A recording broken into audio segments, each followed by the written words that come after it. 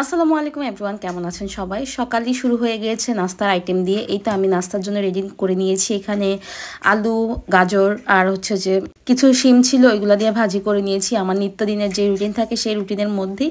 তারপর চলে গেলাম আমি রুটি বানানোর জন্য। এখানে পরোটা বানিয়ে নিচ্ছিলাম। ওই দিন আমি পরোটা বানিয়েছি, আজকেও আমি পরোটা বানাচ্ছি, কারণ প্রতিদিনই আমাদের এগুলো টুকটাক করে বানানো লাগে। তো দেখা যায় সেম ভিডিওই মনে হতে পারে, কিন্তু সেম না। আসলে আমাদের নিত্য নতুন দিনের মধ্যে আসলে যোগ করার মতো কিছুই থাকে না। নিত্য রুটিন যেগুলো ওইগুলোই থাকে। তো যে আমি আজকে সবই মোটামুটি রান্নাবান্নার ভিডিওই দেখাবো, কী কী রান্নাবান্না করলাম। আজকে একটু অন্যরকম রেসিপি দেখাবো, অন্যরকম না, সাধারণ রেসিপি আমি আমার স্টাইলে দেখাবো। যেমন ধরেন আমি কিভাবে বেগুন ভুনা করি, তারপর যে আমি কিভাবে লাউ চিংড়ি রান্না করি, তাই থাকছে। তো প্রথমে যে আমি পরোটাটাকে বেলে নিচ্ছিলাম। আর আমার পরোটা না বরাবরই খুবই মজা হয়, একদম ক্রিস্পি ক্রিস্পি হয়, ভিতরে একদম ফুলে, পরোটা অনেক সুন্দর করে ফুলে যায়। রুটি যেমন ফুলে তেমন পরোটা অনেক সুন্দর করে ফুলে যায়। অনেকে জিজ্ঞাসা করেন যে কিভাবে ফুলেন, আসলে সব কিছু বেলার থেকে আর যে আপনি কিভাবে ভাজ করছেন পরোটাকে, ওইটার থেকে যে সব কিছু হয়। তো আমি যে এখানে পরোটা বানিয়ে বাচ্চাকে খাওয়াই টাওয়ে তারপর চলে গেলাম রান্না বান্নার কাজে। আজকে আর কি খাওয়াইছি, কি খেলাম ওইগুলোর ভিডিও করছি না, আজকে জাস্ট রান্নাবান্নার ভিডিও করছি। আর এই দেখেন আমার বেগুনটা কেমন ফ্রিজে রাখার কারণে ডিপে না, সরি, নর্মাল ফ্রিজেই ছিল, কিন্তু এটা এরকম হয়ে গিয়েছে। এটা হয়তো অতিরিক্ত ঠান্ডার কারণে না কী কারণে আসলে আমি জানি না, এরকম হয়ে গিয়েছে।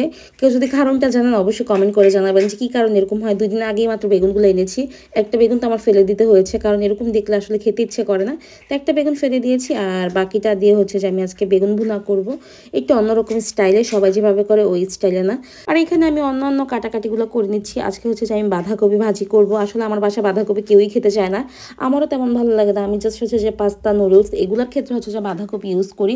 এছাড়া আমার কাছে বাঁধাকপি ভাজি একটু ভালো লাগে না, আমার হাজব্যান্ডের কাছেও ভালো লাগে না। কিন্তু এত বড় বাঁধাকপিটাকে ফেলে দিব নাকি, তাই যে অল্প করে বাঁধাকপি নিয়েছি।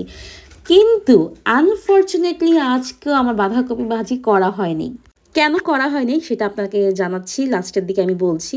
তো এই তো এগুলো সব কুচি কুচি করে কেটে নিচ্ছি। আর তারপরে এটার সাথে আমি একটু গাজর দিয়েছি। বাঁধাকপি ভাজির সাথে দেখবেন একটু গাজর, শিম আর তারপর আলু টালু দিলে না এটার টেস্ট না দ্বিগুণ বেড়ে যায়। আপনারা একবার ট্রাই করে দেখবেন যে বাঁধাকপির সাথে যদি আলু, তারপর গাজর বা শিম টিম দিয়ে রান্না করেন, সেটার টেস্টটাও অনেক গুণে ভালো থাকে খালি বাঁধাকপি ভাজির থেকে।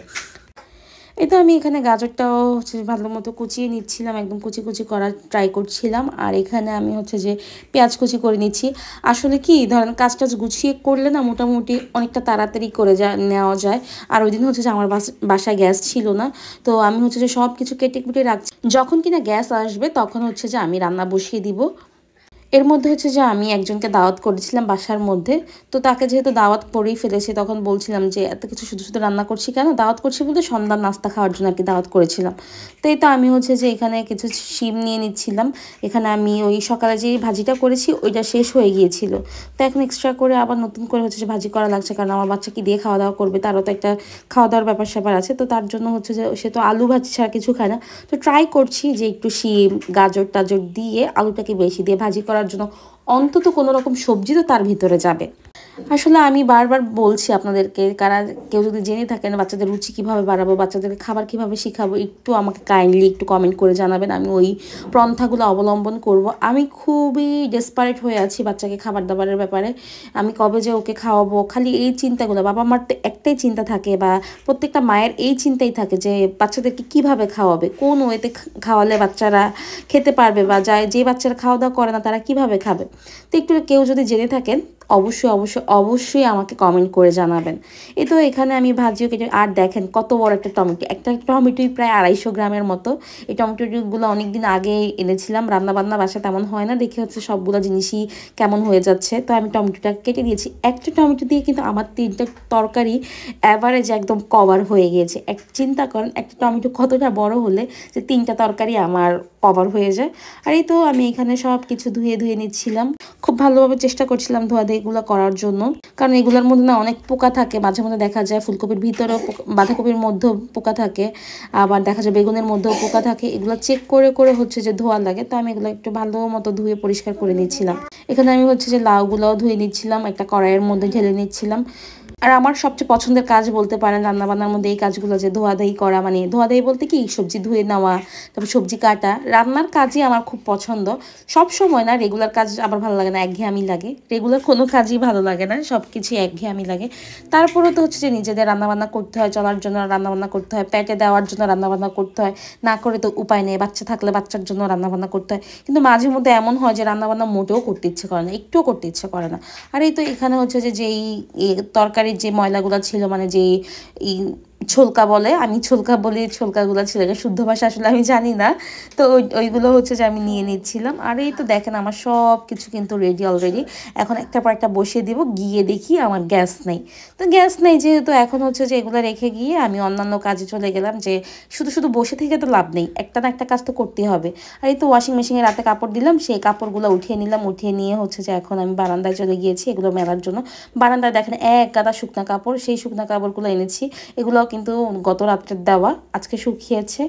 আপনারা বলবেন যে এত কাপড় কোত্থেকে হয়? আসলে আপু আমি না কাপড় একটু পরপরই চেঞ্জ করি, দেখা যায় রান্নাবান্না করতে গেলে আমার জামা কাপড় ভিজে যায়, তখন চেঞ্জ করি, বা ধোয়াধুয়ি করতে গেলে জামা কাপড় ভিজে যায়, আমি চেঞ্জ করি। ম্যাক্সিমাম কাপড়ই কিন্তু আমার থাকে। আর এখানে আজকে হচ্ছে আমি আমার বিছানার চাদরটা উঠিয়েছিলাম। এক সপ্তাহ বেশি হয়ে গেলে না বিছানার চাদর আর রাখতে ইচ্ছে করে না। আমার একটা সূচিবায়ু আছে যে আর কিছু যাই হোক, কিন্তু বিছানা আমার গুছানো থাকতে হবে, বিছানার চাদর টাদর ঠিকঠাক থাকতে হবে। বিছানা এক সপ্তাহ হয়ে গেলেই না আর ভালো লাগে না। আর এই চাদরটা নিয়েছিলাম, এই চাদরটা না ছোট হয়ে গিয়েছিল, পরে আর আমি এটা আমার ছোটো খাটের চেঞ্জ করে আরেকটা বাটিকের চাদর বিছিয়ে নিয়েছি। আর আমি হচ্ছে বাটিক লাভার, দেখা যায় আমার ম্যাক্সিমাম চাদরই দেখা যায় এরকম বাটিকের মধ্যে নেওয়া। আর বাটিক চাদর না বিছালে না অনেক সুন্দর লাগে, বিছানার মধ্যে খুব ভালো লাগে। আর এখন শীতও চলে গিয়েছে, কমফোর্টারও উঠানোর সময় এসে গিয়েছে। এখন কমফোর্টার একবার ধুয়েছি, আবার হচ্ছে যে আমার কমফোর্টারটাকে ধুয়ে একেবারে করে দিব, আর কয়েকদিন যাক।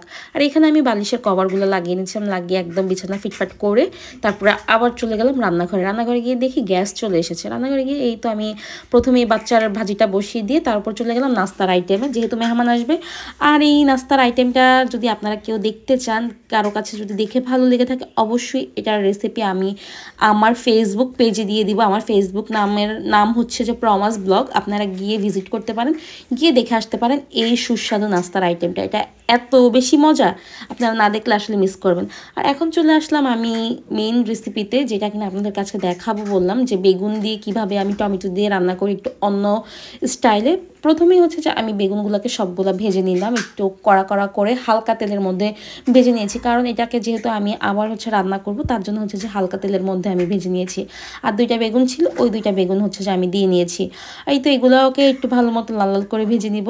এখন হচ্ছে যে আমি মেন রেসিপিতে চলে যাই। এই তো আমি এখানে বেশি করে একটু পেঁয়াজ দিয়ে নিয়েছি। পেঁয়াজ দেওয়ার পর এর মধ্যে আমি এখন যাবতীয় যত মশলা আছে তা দিয়ে দেবো। এখানে আমি কাঁচামরিচ দিয়েছি এইভাবে, কারণ আমার হাজব্যান্ড না ওইরকম ঝাল খেতে চায় না, তাই হচ্ছে যে আমি এইভাবে কাঁচামরিচ দিয়েছি। এখানে তো আমি পেঁয়াজ রসুন পেস্ট আমি একসাথে করে নিই, আদাটা আমি আলাদাভাবে করি, আমি আদা সব তরকারিতে ইউজ করি না, আদার গন্ধ লাগে। আর এই তো আমি এখানে টমেটো দিয়ে নিয়েছি। এটা তেমন কোনো রেসিপি না, জাস্ট হচ্ছে যে একটা নর্মাল রেসিপি বলতে পারেন। জিরার গুঁড়া দিয়েছি, এখানে মরিচের গুঁড়া দিয়েছি। আমার মরিচের গুঁড়াটা না এত লাল, এত সুন্দর কালার হয়, কিন্তু ঝাল কম। আর এই তো এখানে আমি হচ্ছে যে হলুদের গুঁড়া, তারপর লবণের গুঁড়া, এগুলোকে দিয়ে ভালো মতো হচ্ছে যে আমি মশলাগুলোকে কষিয়ে নিব, যাতে করে মশলার কোনো রকম স্মেল না থাকে।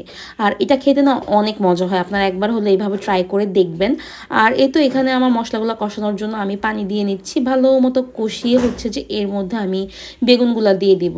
আর আমি এর মধ্যে আর ক্লিপ নিতে মনে ছিল না, বেগুনগুলো ডিরেক্ট হচ্ছে দিয়ে দিয়েছি, দিয়ে হচ্ছে যে এখন আমি এর মধ্যে ধনিয়া পাতা দিয়ে নিব। এই তো এটাকে আমি এখন উল্টে পাল্টে নিব, এগুলাকে সবগুলো উল্টে পাল্টে নিয়ে যাতে ঝোলটা ভিতরে ঢুকে, ঝোলটা যাতে এটার ভিতরে শুষে নেয়, এই জন্য হচ্ছে যে এগুলোকে আমি উল্টে পাল্টে দিব। আর এই বেগুন ভাজার বা এই বেগুন ভুনার টেস্ট না আপনি যেভাবে বেগুন ভুনা করেন না, ওর থেকে দ্বিগুণ। এটা একবার হলেও আপনাকে ট্রাই করা উচিত।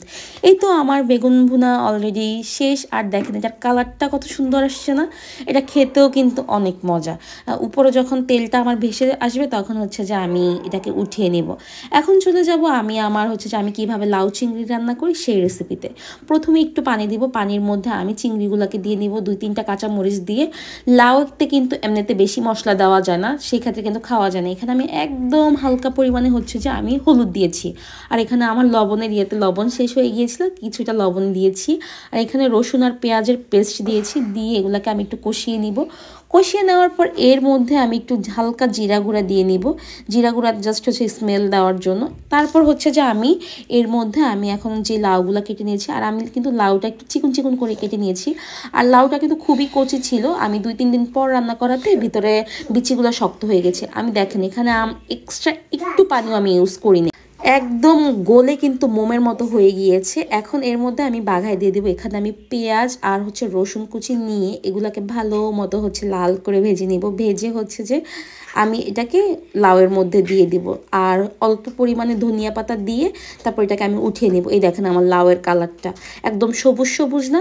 এরকমভাবে লাউ রান্না করে দেখেন, একদম হালকা মশলায় খেতে এত বেশি টেস্ট লাগবে। বেশি মশলা দিলেই যে সবসময় খাবার টেস্টি হয় আসলে কিন্তু তা না। অনেকের চিন্তা ভাবনা কিন্তু এটা যে হয়তো বা বেশি তেল মশলা দিলে খাবার টেস্ট হয়। খাবার টেস্ট, বিভিন্ন জিনিসের টেস্ট বিভিন্ন রকম। দেখা যায় লাউয়ের মধ্যে কিন্তু বেশি মশলা দিলে একটুও খেতে ইচ্ছে করে না। কিছু কিছু জিনিস আছে যেগুলোতে কিন্তু তেল মশলা বেশি দেওয়া যায় না, যেমন ধরেন কুমড়া তরকারিতেও কিন্তু বেশি মশলা দেওয়া যায় না। তারপর আমি এই তো এগুলা করে তারপর চলে গেলাম রান্নাবান্না শেষ করে। তারপরে আমি আর কাপড় গুছানোর পালায়। আপনারা তো দেখলেন এক গাদা কাপড় আমার জমা হয়ে গিয়েছে। সেই এক গাদা কাপড় চোপড় হচ্ছে যে গুছাতে গেছি। এর মধ্যে আমার বাচ্চা একবার এসেছে একবার গিয়েছে, এই করেছে। আর আমি কাপড় চোপড় গুছাতে গুছাতে টায়ার্ড হয়ে যাচ্ছিলাম, তাই হচ্ছে যে একবার বসছিলাম একবার দাঁড়াচ্ছিলাম এরকম। তারপর বিকালে আবার একটু বের হয়েছিলাম, বাসায় যেহেতু মেহমান আসবে টুকটাক জিনিসপত্র কেনার ছিল। আমি যেহেতু একটু ডায়েট করছি তাই চেষ্টা করছি কি যে বাসার মধ্যে কোনো রকম খাবার না রাখার জন্য। খাবার রাখলে একটু পর না খেতে ইচ্ছে করে, তাই আর কোনো কিছু ছিল না বাসায়, তাই অল্প অল্প করে যা যা দরকার ছিল তা তা আনতে গিয়েছিলাম দোকানে। আর আমাদের শনি আখড়াতে যাওয়ার পর দেখলাম এত বেশি জ্যাম। আজকে যেহেতু সবে বরাত ছিল, সবার এত বেশি জ্যাম ছিল, আস্তে আস্তেও লেট হয়ে গিয়েছে। তো আমার স্ট্যান্ডটা না, ক্যামেরা স্ট্যান্ডটা যেটাতে আমি ভিডিও করি, সেই স্ট্যান্ডটা ভেঙে গিয়েছে। তাই হচ্ছে যে এই স্ট্যান্ডটা আবার নিয়ে এসেছি, তাই আপনাদেরকে দেখিয়ে দিলাম। এখানে আমি কিছু বড়ই নিয়ে এসেছিলাম, বড়ইগুলো এত বেশি মিষ্টি ছিল। আমি সবসময় হচ্ছে চেক করে করে আনি, দোকানদারকে বারবার বলে আনি মিষ্টি না হলে আমি ফেরত দিব, টেস্ট করে আনি। আর এখানে পেয়ারাগুলো বেশ মজাদার ছিল, বেশ মিষ্টি ছিল। সবাই খেয়েই বলেছে যে এত মিষ্টি পেয়ারা, মানে এখন আর কিনতে আসলেই না পেয়ারা মিষ্টি পাওয়া যায় না। আর আমি যে দোকান থেকে কিনি একেবারেই কিনি, মানে একজনের কাছ থেকেই কিনি। দেখা যায় উনি সবসময় গ্যারান্টি দিয়ে বলে যে না পেয়ারা মিষ্টি হবে, চেক করে তারপরে আনতে দেয় আর কি। সব জায়গায় তো আর চেক করে আনতে দেয় না, তো আমি এরকম দোকানগুলাই সবসময় প্রেফার করি। দেখা যায় আমি এক গাদা জিনিস নিয়ে আসলাম কিন্তু খেতে একটুও মজা না, তখন তো আমার জিনিসগুলোই ফেলা যাবে বা আমার টাকাটাই নষ্ট হবে, তখন খেতেও ইচ্ছে করবে না, আমার টাকাটাও নষ্ট হবে। এই ছিল আমার টুকটাক বাজার, চিনি, দুধ, তারপর চা পাতা। এগুলো আমি এখন আর বাসায় রাখি না, আমাদের বাসায় যেহেতু চা খাওয়া হয় না, তাই আমি চা পাতাও এরকমভাবে রাখি না। যা যা প্রয়োজন ছিল, আজকে আমি পাস্তা রান্না করেছি, তার জন্য যা যা প্রয়োজন ছিল তা তা নিয়ে এসেছি। আর এতে এই ছিল মেহমানের জন্য আয়োজন, টুকটাক ছোট ছোট নাস্তা দাওয়াত দিয়েছিলাম, এই আয়োজন ছিল আমাদের। এই তো এই ছিল ব্লগ। পরবর্তীতে আর ব্লগ নেওয়া হয় নাই, মোবাইল স্টোরেজ ফুল হয়ে গিয়েছিল। তো বলবেন আমার ব্লগ আপনাদের কাছে কেমন লাগে। যদি ভালো লেগে থাকে অবশ্যই সাবস্ক্রাইব করবেন। সবাই ভালো থাকবেন। আসসালামু আলাইকুম, আল্লাহ হাফেজ।